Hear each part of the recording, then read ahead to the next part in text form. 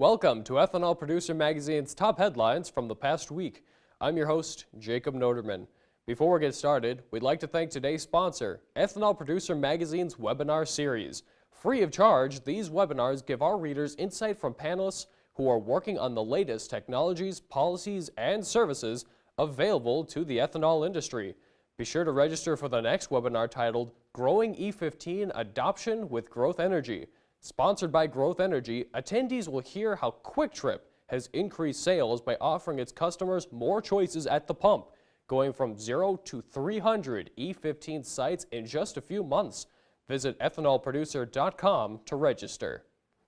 A consortium of investors and project developers led by Texas-based Frankenz Energy recently purchased the former INEOS biocellulosic ethanol plant in Vero Beach, Florida, and announced plans to convert the approximately 150-acre site into an eco-district.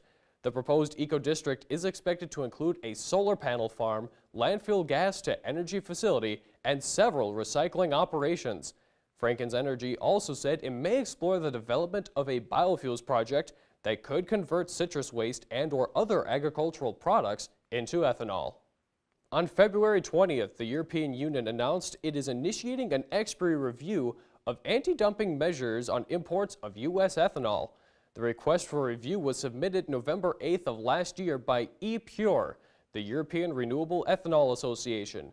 The EU first enacted current dumping measures against U.S. ethanol in February of 2013. The current duties have been in place since February 23rd of 2013 and were scheduled to expire after 5 years. The actions taken by the EU on February 20th, however, will expand those duties at least through the end of its investigation, which is expected to take 15 months. The U.S. ethanol industry has spoken out to criticize the EU's decision to continue the anti-dumping measures, calling them unjust and stressing that the move is denying EU consumers access to cheap, affordable, low-carbon ethanol.